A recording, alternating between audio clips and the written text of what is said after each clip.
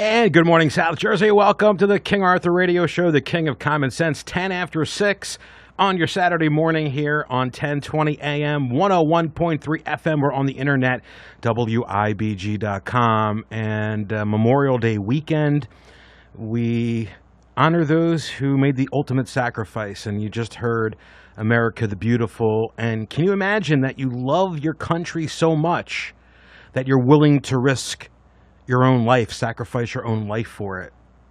And we heard the words of Ronald Reagan on Rick's newscast, and those words couldn't be said any truer. And Memorial Day weekend,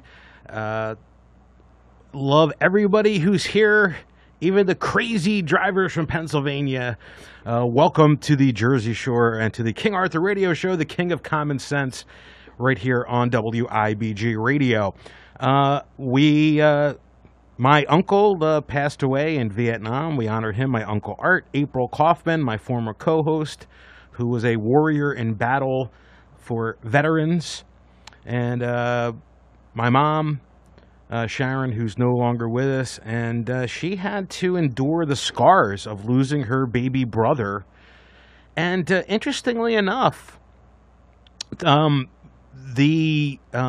death of my uncle in Vietnam, which occurred before my birth. I was actually named after him, Arthur. That's how I got that name. It's actually my real name. My family didn't really talk a whole lot about their emotions or what happened or really anything. I do know that we didn't really watch like Hogan's Heroes or MASH. We didn't really watch a lot of war-type movies or anything like that. And I guess it was just so painful to them. And I posted my uncle's picture on Facebook, and my cousin commented how what a tragic event that it was, and that his heart will be broken forever. You know, you get to knock on the door, and it is your loved one. And some would say bring back the draft. Why not have people feel more patriotic about our country?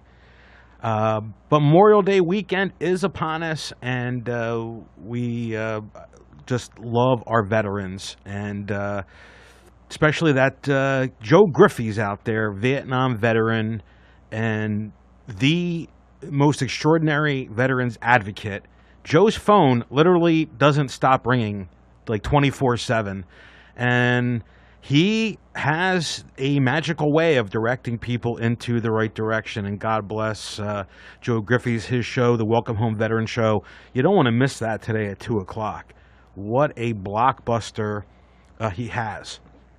At any rate, the King Arthur Radio Show, this is an open mic segment. Frank Talk coming up at 7 at 8:45 Dollars and Cents with America's accountant, the finance guru, Dan Geltrude. Law Talk with Chad Sherwood at 9. Nancy Aston at 11. 398-1020. Anything that you would like to talk about, 609-398-1020.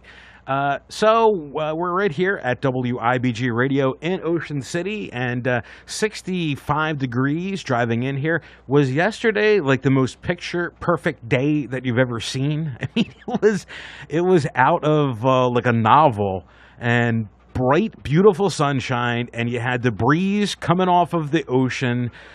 It was absolutely phenomenal. If you didn't get the chance to get outside yesterday, do so today. I know Nor'easter Nick's saying maybe some late thunderstorms, late afternoon thunderstorms. And Sunday, I've seen forecasts all over the place. Some places on Sunday are going to be washed out, unfortunately.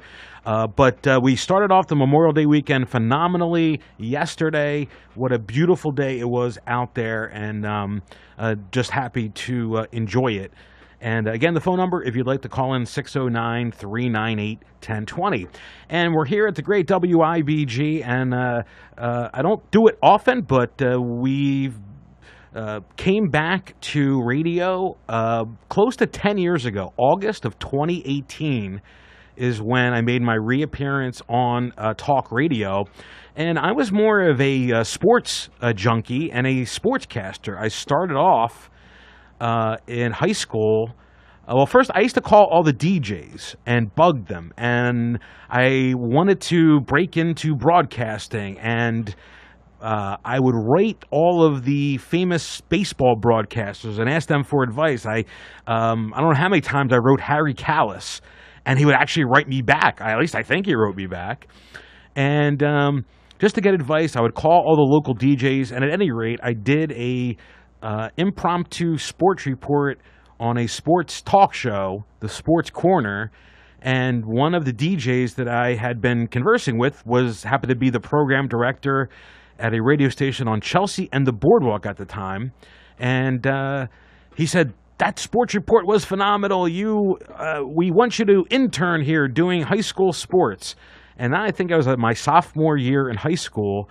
By my junior year in high school, I was doing morning sports 5 days a week on that station, and I would walk from Chelsea Avenue and the Boardwalk to Atlantic City High School, which is now the Stockton Gateway Project. So always have had something to do with the media, but it started there. And just always, pretend you're a DJ and you're living in your bedroom and had all the 45s and stuff like that. And so that started it. My senior year in high school, I saw an ad in the paper that the press was looking for sports correspondents. And I was like, wait a second, I'm the king of sports trivia. So my senior year in high school, I'll never forget, it was in December. I guess I was probably, was I 16 or 17? I don't even remember. But Mike Shepard, who is, I think he's my competition on another station later on this morning. Is he on now? I don't even know. Shep. He hired me to do sports, to write high school sports, and also did the radio as well. So I remember I had to be up at 5 o'clock for the radio gig, and I had to be at the press at 5. And my sleeping schedule was all screwed up. So when the alarm would ring, I would have no idea where I was supposed to go. It's like, it's 5 o'clock. Do I go to the press or do I go to the radio station on the Boardwalk? And sadly enough, and I probably should have went to college. And my parents were not giving me great advice. I love my parents. God bless them up in heaven, both of them. But I needed a little guidance because I really wasn't a big school person. And the fact is that I knew what I wanted to do, And when I was in high school, I was the editor of the school paper. And really, I think in my sophomore year in high school, the Viking, the school newspaper, I think I wrote about 90% of the articles. By my senior year, I was working for the press, and I was more in like an editor type role and writing headlines and stuff like that. When I went to Stockton, I took I guess it was a journalism class, and they're trying to teach me how to write articles. And in that edition of the press, I think I had 2 or 3 articles on the front page where I think one was a feature and a couple were games that I covered and stuff like that. So I'm like, I think I'm wasting my time here. They're trying to teach me how to write an article. I'm paying all this money, and I'm being paid by a professional newspaper to publish my stuff. I'm like, I'm in the wrong spot. But one of the regrets, because really a lot of employment opportunities will not come your way without that college degree. And now, geez, they want everybody to get free college. I mean, doesn't that devalue the college degree if everyone has a degree? So at any rate, was doing the newspaper and doing the radio. And then at one point I just said, let me try something else. I worked in the casinos for a few years, worked at Tropicana, Trump Plaza, and Showboat. And we talk about it all the time with the finance guru, how technology, like they all want $15 minimum hour wage jobs, right? So what are they going to do? They're going to automate stuff. And my job in the casino was a change cashier.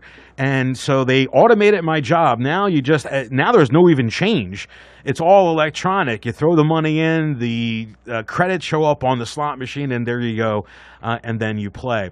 So I did the casinos for a few years. And I was sitting around, and then I saw a local TV station pop up. And saw a couple shows on there, kind of one show, Generation X, it was called, kind of a crazy show. So I went over and, talked to them, and they said, okay, I think it was $50 an hour or $50 a half an hour to buy the time. And they said, you got to prepay for 13 weeks, and you can have the Friday night slot. There was a guy named RJ who did a talk show. I think it was 8 to 9, and I would be after RJ 9 to 10, and I call it King Arthur's Roundtable. So in 1995, I did the King Arthur Roundtable show on WWAC TV 53. It was Channel 20 for a long time. It's now WMCN Channel 21. So I was there for 5 years. I did that show. The station moved from the old Venice Park location into the New York Avenue parking garage. They made me work at the station. I didn't really want to work there, but they made me work there, which actually was a great experience. I met a lot of people. Really, that's where I got to know Joseph Palillo, even though he was my neighbor in Chelsea Heights for a long time. He did a bunch of shows over on the old Channel 53. And the owners, they were really fun guys. I did kind of a wild pre-game Monday Night Football show. It was sort of like the Howard Stern of sports. And also we had strippers on. One time we had hoagie wrestling. We had these strippers from, I don't think it's there anymore, Volcanic Eruptions. And we had these 6-foot hoagies. Yeah, I mean, me describing it does not even come close to the visual, and I'll just kind of leave it at that. So we ended up doing, and then we were doing the pregame on Monday Night Football, because Monday Night Football, people forget that, first of all, Howard Cosell was a star. I'm watching like the old match games, and they mention Howard Cosell every 5 minutes. Howard Cosell was the star of Monday Night Football. People forget that was a top 10 rated show on ABC every week. So I said, well, what's the best time slot that I could do? And I thought right before Monday Night Football, 8 o'clock on Monday night, and that's what we did, and had a very successful run. And did a lot of crazy stuff with my co-host, the finance guru, the fantasy football guru, John Hansen, who really thought up a lot of the stunts that we did. One time I lost a bet. I had to shave my head, and one time he lost a bet. He had to dress up like a prostitute and walk down on Pacific Avenue. And then we talked a police officer into fake arresting him inside the 7-Eleven on New York and Pacific. Pretty funny stuff. So I was there. I actually skipped the part there. When I was working for the press, I was formatting the horse racing stats. The track would fax over the morning line, and I would format the stats that would go in the paper. And I found an opportunity to write a comment in those sections, and presented it to the sports editor, Mike Shepard. I said, Shep, we can do the same it's the same space, and I could do some handicapping and put a 20 character comment in for each horse. That led to me being employed at Atlantic City Track from 1990 to 2000. And that all really culminated when the owners, Dave and Harry, were about to sell Channel 53. And the new owners were coming in, and I just, the old owners were so much fun. They loved the crazy stuff that we were doing. They got it. They understood it. And I was like, these new owners are not going to understand hoagie wrestling with naked women. They're just not going to get it.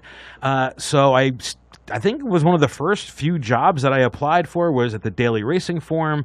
That was in July of 2000, and I've been with them for almost 18 years as a handicapper. And in 2008, I was full-time, was working in Lower Manhattan. I make the joke, I went from New York Avenue to New York City, and 3 blocks away from my building was the World Trade Center, and I wasn't in the building. I was supposed to be there on 9/11/2001, and that really changed the way that I thought of things and really paid attention to the news, not so much listening to Howard Stern and Sam Kinison, and just really focused on what in the hell is going on here. We never saw anything like 9/11. Hopefully we'll never see anything like that again. But at 2008, the economy was crashing. I could sort of see the writing on the wall. One of our company's offices were closed in Lexington, Kentucky. And I said, uh-oh, if they closed our department in Lexington, they might close our department here. And so that's how I ended up here at WIBG in the summer of 2008. I heard the Larry and Larry show on Sundays and Sunday afternoons with Larry Trulli and Larry Lapidus, and said, that is a great show. I would love to follow that show if possible, and came in here and purchased the time, and that was August, I believe, 3rd of 2008, and almost 10 years later, and I've done, I think, every shift in this building, whether it was Sunday night, Saturday morning. We were weekdays 2 to 4, 3 to 5, 5 days a week, and what an amazing team that was assembled just in a few years after I came here. LT became the morning man.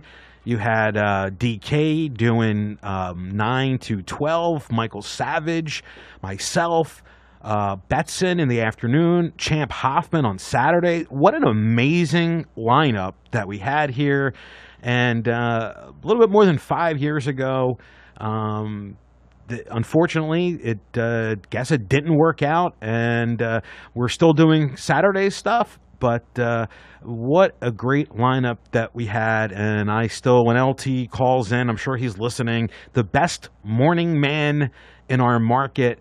And but I can't be any prouder of the product that we put out the last 10 years. And I say it to almost anybody that if I did this show in New York City, I would do it almost the exact same way. We probably wouldn't cover Atlantic City as much, obviously.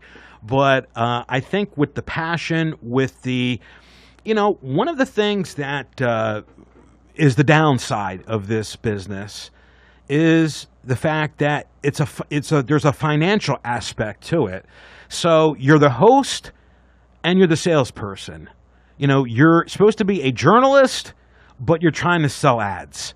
So it's a very difficult fine line to cross. And unfortunately, you have to really sell your soul to really make it. And honestly, when you have interviewing somebody who is a sponsor, how in the world are you going to possibly have a non-biased interview? How is that not the fakest of fake news?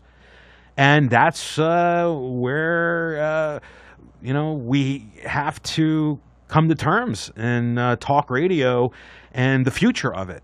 And I wonder what it will be. Will it be on this type of radio? Many people are listening on their phones, listening online. I mean, is that the future? Facebook Live or YouTube Live, whatever. And man, it is so much different. When I started in 1982 on the radio, there were like 4 or 5 stations. There were hardly. I think there were 3 on the FM and 3 on the AM in this market. And now, what are there, like 30? I mean, they're like every 1 point, there's another radio station. But I couldn't be any prouder of the product, and thank everybody here at WIBG, Jerry Beebe and Rick Brancadora, especially Rick. And, you know, I've never been told ever once what to say, what not to say. Don't talk about this. Free reign, and for that, God bless Rick and Jerry. Great boss as the general manager here at WIBG. 6:30